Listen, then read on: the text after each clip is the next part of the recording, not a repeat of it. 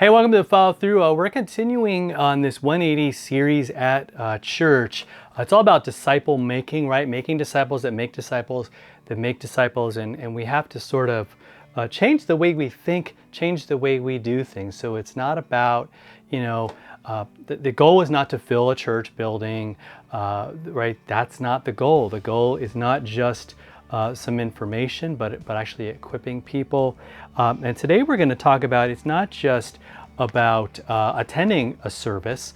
Someone once said, going to church doesn't make you a Christian any more than being in a garage makes you a car, right? That makes a lot of sense.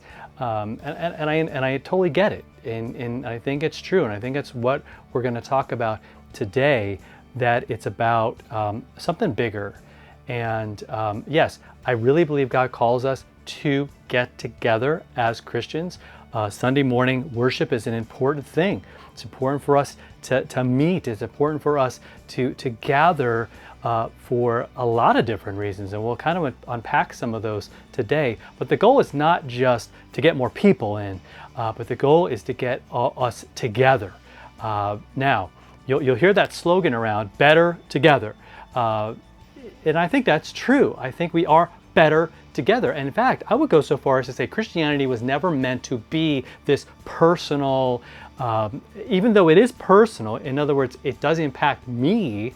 It needs to impact me, but not personal in terms of keep it to yourself. Not personal in terms of by yourself. It's always, look at the Bible from cover to cover. It's a people. It's all about people. It's about gathered people. It's about God bringing his people together. So let's go to the word. Hebrews chapter 10, 24 to 25. The writer of the Hebrews, book of Hebrews, says this. He says, let us consider how to stir up one another to love and good works, and not neglecting to meet together, as is the habit of some, but encouraging one another, and all the more as you see the day drawing near, right? So Jesus is coming back soon. And so it's all good, man. He died for us. He rose for us. We're forgiven. We're free.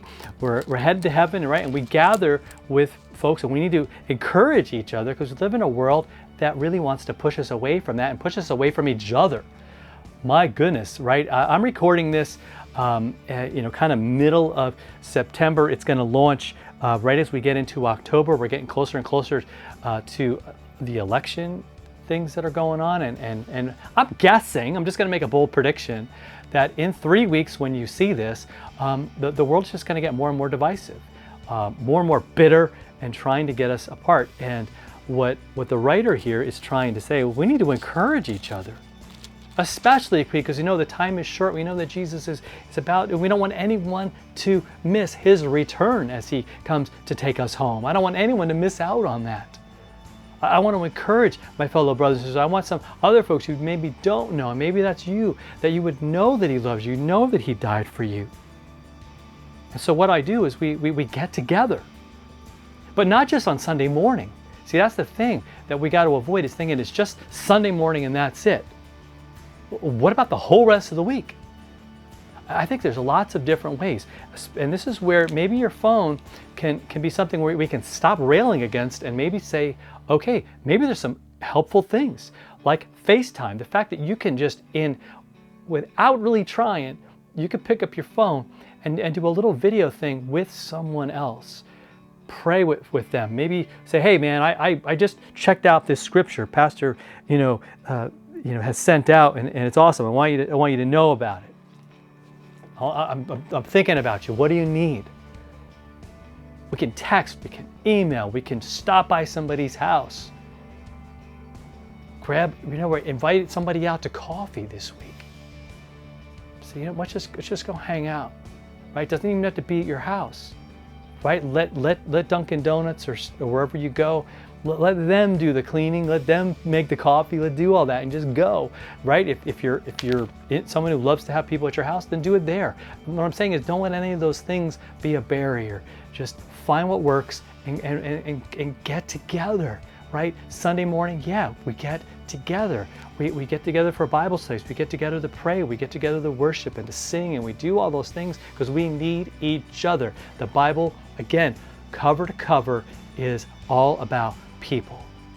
So incredibly important, right? And especially this community of faith is so dynamic and amazing because it's all different people, all different walks of life, right? Maybe even different political ways of looking at life and philosophical ways in some ways, but still loving Jesus, having that as the overriding philosophy, as the overriding value and truth is what Jesus did.